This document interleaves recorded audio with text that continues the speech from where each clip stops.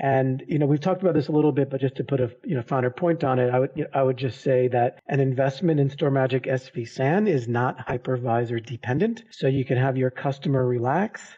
They don't have to make a knee-jerk reaction to switch immediately to something. They can deploy a vSphere standard solution with StorMagic svsan just to get them through the knothole if they have a renewal coming up and they're being forced to make a decision. At least make the switch from vSAN to StorMagic svsan. Now your storage layer is taken care of. And then you have time to look at, are we ready to go to KVM? Should we switch to Microsoft Hyper-V? So there's other hypervisor choices out there, but we can very easily become that lowest common denominator to help your customers make that transition. Changing hypervisors can be difficult. A lot of planning has to happen. So StorMagic can help that transition for sure with the way that we do our licensing.